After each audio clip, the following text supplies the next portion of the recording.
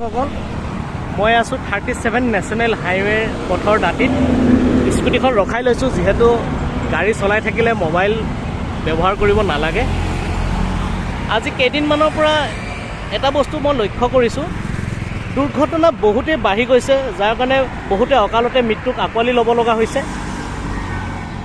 সেইকাৰণে মই ভাবিলোঁ নাই, ভিডিঅ' এটা প্ৰস্তুত কৰিবই লাগিব বাইক চলোৱা বা স্কুটি চলোৱাৰ ক্ষেত্ৰত। যোৱাকালি লালমাটিত এহাল দাম্পতীৰ লগতে তেওঁলোকৰ শিশুটিও প্ৰাণ হেৰাব লগা হৈছিলে। স্কুটি এখনত এখন ডাম্পাৰে মহতিয়াই লৈ গৈছিলে।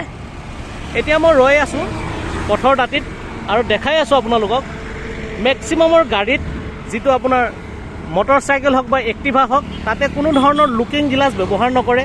আৰু লুকিং গ্লাছ তেওঁলোকে কি কাৰণত খুলি ৰাখে সেইটো আমি নাজানো বৰ্তমান।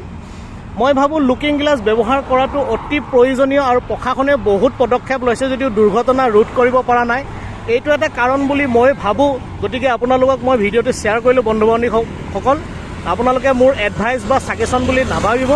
এটা ৰিকুৱেষ্ট যে দুৰ্ঘটনা ইমানেই মৰ্মান্তিক হৈ পৰে যে কাৰোবাৰ ঘৰ এটা পৰিয়ালৰ মুৰব্বীজনেও প্ৰাণ হেৰাব লগা হয়, কিছুমানৰ গোটেই পৰিয়ালটোৱে শেষ হৈ যায়। তো মই ভাবোঁ এই লুকিং গ্লাছখন গাড়ী যেতিয়া ব্যৱহাৰ কৰিব, লুকিং গ্লাছ ব্যৱহাৰ কৰাটো বৰ প্ৰয়োজনীয়। যিহেতু মই এতিয়া দেখি আছোঁ মোৰ লুকিং গ্লাছত পিছফালে মোৰ কি গাড়ী আহি আছে।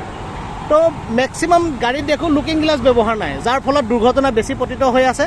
তো বন্ধু বান্ধৱীসকল, মই ভাবোঁ লুকিং গ্লাছ ব্যৱহাৰ কৰাটো অতি প্ৰয়োজনীয়। যাৰ নাই লগাই ল'ব, বেছি দাম নহয়। লুকিং গ্লাছ থাকিলে আমাৰ সুৰক্ষিত, আমি গাড়ী সুৰক্ষিতভাৱে চলাব পাৰোঁ। পিছফালে কি গাড়ী আহি আছে আমি চাব পাৰোঁ। তো বন্ধু বান্ধৱীসকল, এইটো এটা আপোনালোকক মই ৰিকুৱেষ্টহে কৰিলোঁ। যদি ভাল লাগে ভিডিঅ'টো লাইক আৰু ছাবস্ক্ৰাইব কৰিব। এইখন গাড়ী দেখিছে, লুকিং গ্লাছ নাই। মই আপোনালোকক বহুত এনেকৈ গাড়ী দেখাব পাৰোঁ, লুকিং গ্লাছ নাই।